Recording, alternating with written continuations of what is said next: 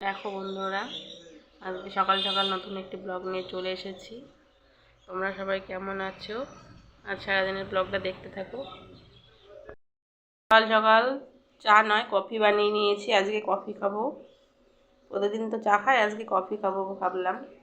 আজকে কফি বানিয়ে নিলাম। একটু ঠান্ডা ঠান্ডা পড়েছে তো, তাই কফিটাই ভালো লাগবে।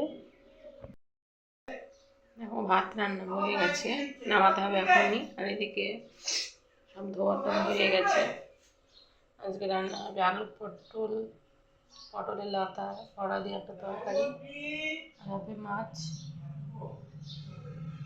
সবজি সব কাটা হয়ে গেছে।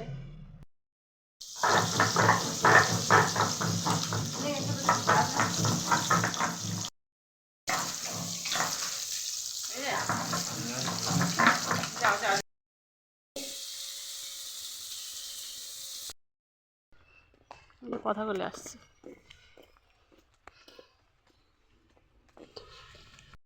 স্কুলে রেখে আসলাম, তারপরে আমি বাড়ি চলে এসে নিচ্ছি। আজকে পটলের লতার তরকারি আর মাছের ঝোল তোমরা আগে দেখেছো। একটু খাওয়া দাওয়া করে নিই, তারপর আবার আসবো।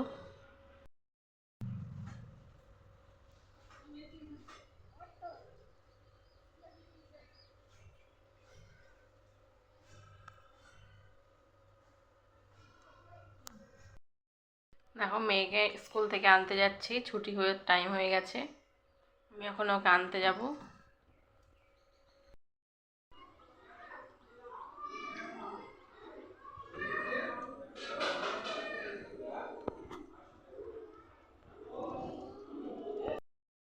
স্নান ধান হয়ে গেছে, মেয়ে বসে টিভি দেখছে।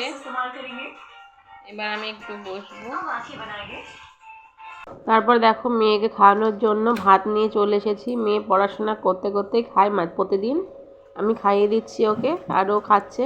এদিকে আবার টিভিও দেখছে। তারপর ওকে খাওয়ানো কমপ্লিট করে আমি আমার ভাতটা বেড়েও নিয়ে আসলাম। আজকে রেসিপি তো কী কী আছে তোমরা জানোই। মাছের ঝোল, পটলের লতির তরকারি, করলা সেদ্ধ, এই দিয়ে দুপুরে খাওয়াটা কমপ্লিট করলাম। তারপরে দেখো অনেকক্ষণ পরে আবার আসলাম রাত্রিবেলায়। এখন রাতের জন্য রান্না হচ্ছে। ওখানে সুজি করেছি, আজকে সুজি হবে। মেয়ে সুজি খেতে ভালোবাসে। আর হবে রুটি। আজকে একটু সকাল সকালে রুটিটা করে নিলাম। সুজি, রুটি আর ডাল, ছোলার ডাল, এই দিয়ে আজকে রাতের খাওয়া কমপ্লিট করতে হবে। সবাই ব্লগটা দেখো, পাশে থেকো, কমেন্ট করো। ধন্যবাদ।